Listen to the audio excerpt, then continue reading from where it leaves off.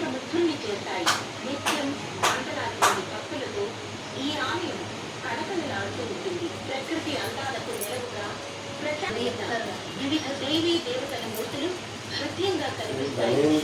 ప్రధాన ఆలయం ప్రాంగణంలో స్వామివారి ధ్వజస్తంభం ఉంది. దీనికి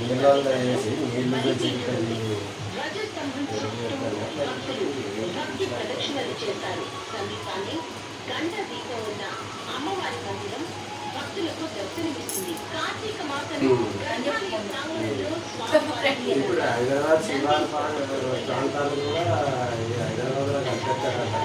ఏడు మున్సిపాలిటీ జిహెచ్ఎంసీ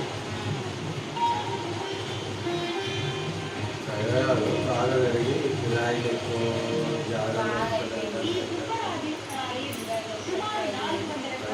శివారు ప్రాంతాలంటే ఊళ్ళు. ఇప్పుడు మంచిర్యాల మున్సిపాలిటీ అంటే ఇప్పుడు మనకి ఇదంతా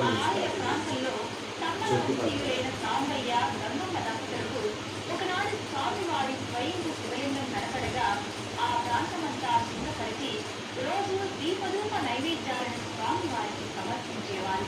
కొంతకాలం తర్వాత వీరి కుమార్తె అయిన కమ్మల దుర్గమ్మ ఈ ఆలయ దీపోద్ధరణ ప్రారంభించగా అప్పటి నుండి ఇప్పటి వరకు ఈ లింగమూర్తి ఈ దుర్గమ్మ పేరు మీదుగా శ్రీ దుర్గరాజేశ్వర స్వామిగా పూజలందుకుంటున్నాడు.